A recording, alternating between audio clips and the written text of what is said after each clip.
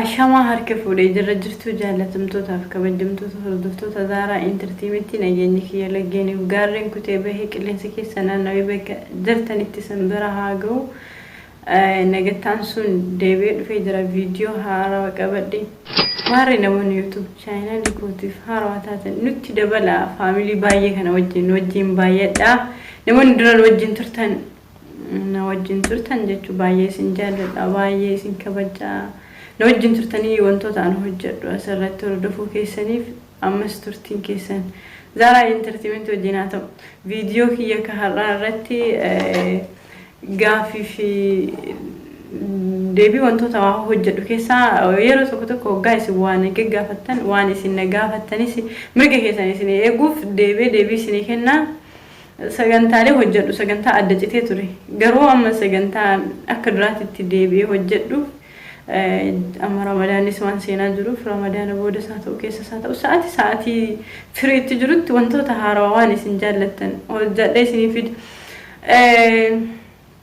Maalinni viidiyoo yeroo darbe tokko waan hojjedhe irratti namoonni baay'een waa'ee zayitii rifeensaa an barsiisetti viidiyoo nutti agarsiisi haala kamiin zayitii sana akkam akka qopheessite wantoota jedhu barreeffama namaa hedduu lallaalee jira. Isa isinitti agarsiisuuf akkamitti zayitii sana akka sirreeffattanii zayitii rifeensaa jechuudha. Zayitii abishii fi habba soodaa irraa tolfamtu jechuun haala kamiin akkamitti sirreeffattanii haala kamiin rifeensa keessan akka itti dheeressitanii akkuma dura isinitti hime rifeensa dheeressuu keessaa fi rifeensa baay'isuu keessatti gahee guddaa qabdi. Namoonni rifeensa dheeressuu barbaadan rifeensa keessan laaffisuuf garuu wantoota biraa isin barbaachisaa rifeensi jajjabaataan rifeensi Afrikaa sun dirqama straight yoo ta'e dheerata namoonni baay'ee rifeensa haayilitti jajjabaataa qabdan jechuudha.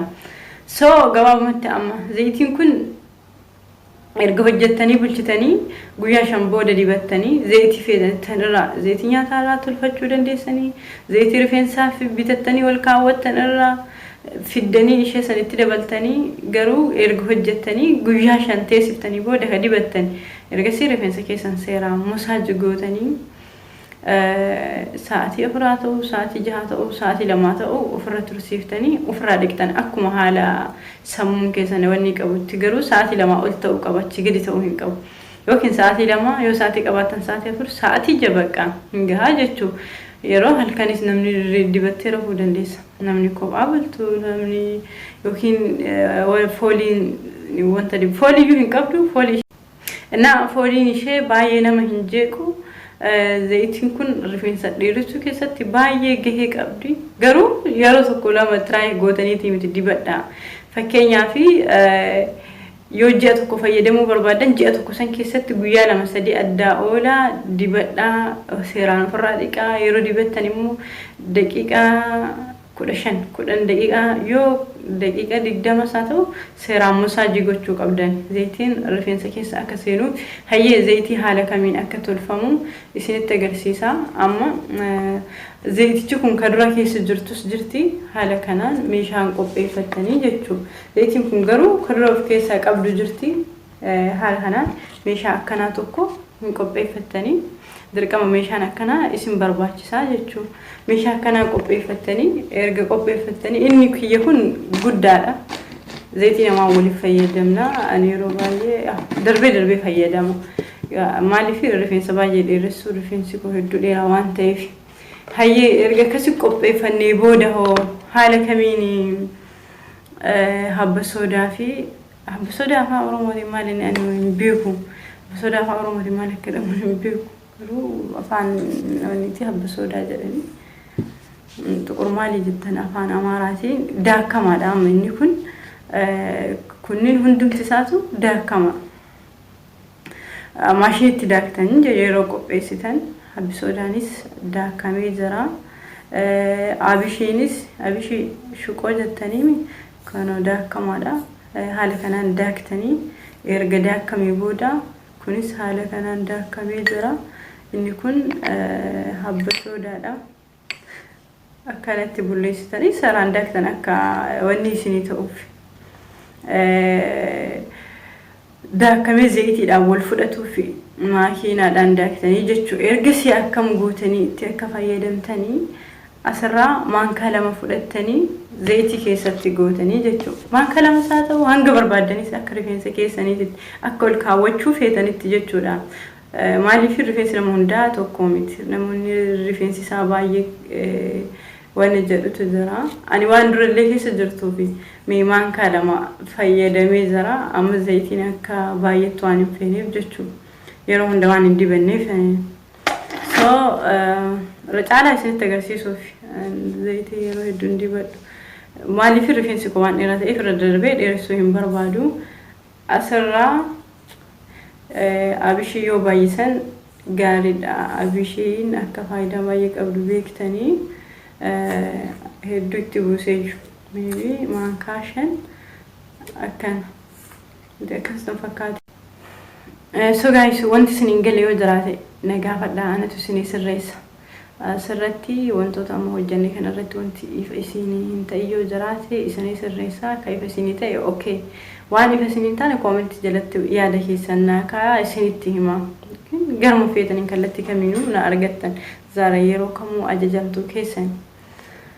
Kana fakkaata barumsi keenya har'aa. Sagantaa qabadhee dhufe asirratti goolabaa hanga viidiyoo biraatiin walitti deebinuuf turtiin keessan Zaara Entertainment wajjin haa ta'u viidiyoo biraa wantoota hojjedhuufi garuu wantoota barnoota waan isin fayyada jedhee isin barsiisu waan dhugaa irratti hundaa'e qofa waan try godhee laale malee fidee asirratti akka isin hin barsiifne beekuu qabdanii seeraan irraa fayyadama. Ani wanta check godhee laalee adda baafadhee wanti kun faayidaa qaba jedhee malee fidee asirratti isin hin barsiisu. Rifeensi keessan immoo haala dheeressitanii ani wantoota baay'ee irraa isin barsiisuu danda'a. Ammas wanta biraa yoo jiraate fidee isin barsiisa. Hangasiif nagaan na jiraadha. Viidiyoo biraatiin walitti dhufna. Turtiin keessan Zaara Entertainment wajjin haa ta'u. Ergasii booda ani hanga maankaa 5 itti buusee jira. Ergasii booda maal gootanii qadaaddanii keetti wantoota akkanaas wanti xixiqqaa kanaa gadillee qabaa yoo qabaattan zayitiin dura waan jala jirtuuf dirqama nuti kana irratti dabaluu qabnaa jechuudha. Kan tooyyaa amma kana qophaa'ee jira. Haala kanaan qopheeffatte.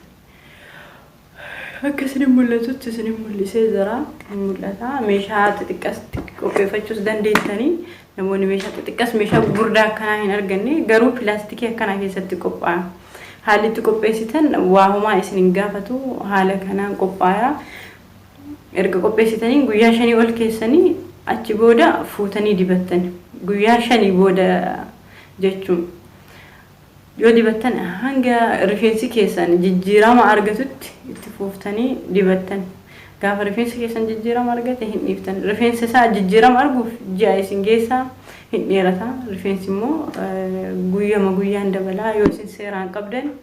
Waan biraa immoo rifeensa laaffisuuf rifeensa namoonni rifeensa jajjabaataa qabdan yeroo baay'ee maayinensii fayyadama. Maayinensiif killee fayyadama. Maayinensiif killee rifeensa jajjabaataa rifeensi nama tokko hedduu ka jabaatutu jira. So maayinensiif killee yoo fayyadamtan rifeensi keessan laafaa deema. Haaluma rifeensi keessan laafaa deemuun immoo kan haarofni uumamaa deema. Rifeensi dheerachuu keessatti gahee guddaa qabu rifeensa jajjabaataa hayrii jabaataa sun dheerachuuf baay'ee rakkoodha. So rifeensi keessan akka isin dheeratu yoo feetan rifeensi laaffisuunis gahee tokko qabdi. Laaffisa straight maaliin osoo hin taane jechuudha. Rifeensi keessan straight hin godhina. Maybe picture rifeensa kiyyaa asirra kakkaa'u yoo laaltanii jiraattanii straight hin taane. Rifeensi kiyyaa rifeensa uumamaati. Irraa murama amma maybe waggaa sana muree gabaabsee akka rifeensa dheeraa deddeebisee ture. Deebi'ee biqila. Rifeensi keessan seeraan qaba. Amma namni tokko rifeensa bishaaniin balleessaa waan jedhu wayi yoo isin barsiiftan hin balleessu bishaan. Akka hin balleessinan immoo rifeensa kiyyarraa argi. Zayitii deddeebisaatti dibadha guyyaa 2-3 adda oola. Zayitiin kun abishii fi habba soodaan kunis jechuun xuquras moo diyyattaa jedhanii afaan Itoophiyaatiin. Afaan Oromootiin garuu maqaa qabaatiin beeku. Afaan Amaaraatiin natti fakkaate. So gahee guddaa qaba wantoota biraa keessattuu fayyaafu garattis wantoota waliin daa'imaa fi maal waliin daa'imaa fi zinjibiila loomii wajjin yeroo nyaatan garaa nama dhukkubuu fi wantoota adda addaatiif gahee guddaa qaba nama fayyisuu keessatti. Waa hedduu nama fayyaduu danda'a. Rifeensi dheerisuu keessattis rifeensa keessan baay'ee dheeressa. Seeraan irraa fayyadama isiniin jedha. Wanta isiniin galle na gaafadhaa isiniif hima waan isiniin galle yoo jiraate.